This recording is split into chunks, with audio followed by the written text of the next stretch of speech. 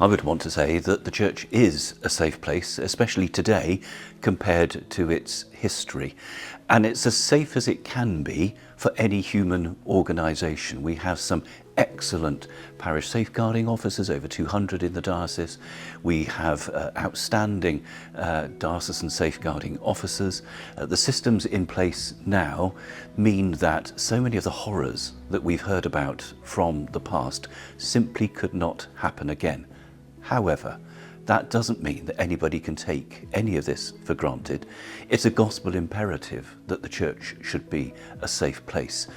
And in that sense, safeguarding is everybody's issue. It matters to everyone so that everybody can be safe.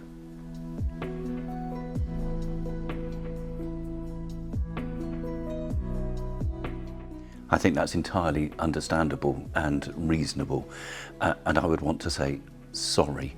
But at the same time, what they ask for, what victims and survivors really want, is action, not just apology.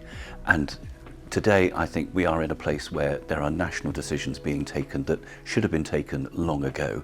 And this is an opportunity for us to move forward with those voices very much upon our hearts.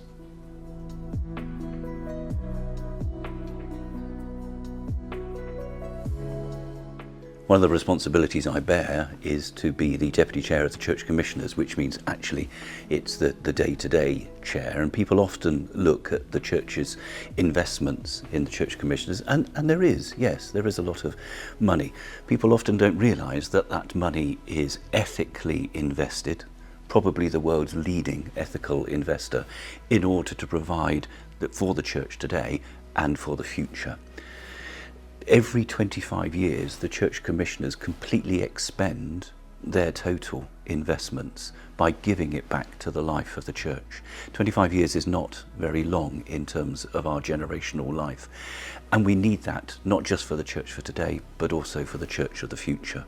But our real wealth is in our local churches, which are worth far more than the national investments. And with sacrificial giving, we have the opportunity to be doing so much more. And at the same time, many of our local communities are finding it really hard to make ends meet, to find those people to give, to find those people to volunteer. But this is nothing new to the life of the Church. We need to have confidence in Jesus that he will provide as we work with him.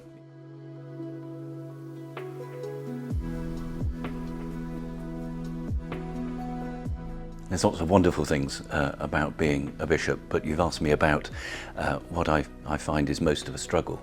It's fulfilling people's expectations, and sometimes they're false expectations, recognising that a bishop carries a great deal of responsibility and indeed Christian authority, but not necessarily the legal powers to be able to make things happen immediately.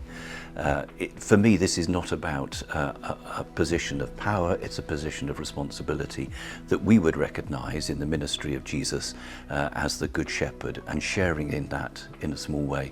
So never being able to live up to people's expectations, never being able to be in all places at the same time, but equally recognising that this is not just about an individual, this is about the ministry that we share with others, who, especially in each of our local communities, are being brilliantly led, and recognising that for me, that's a degree of the partnership of being the shepherd.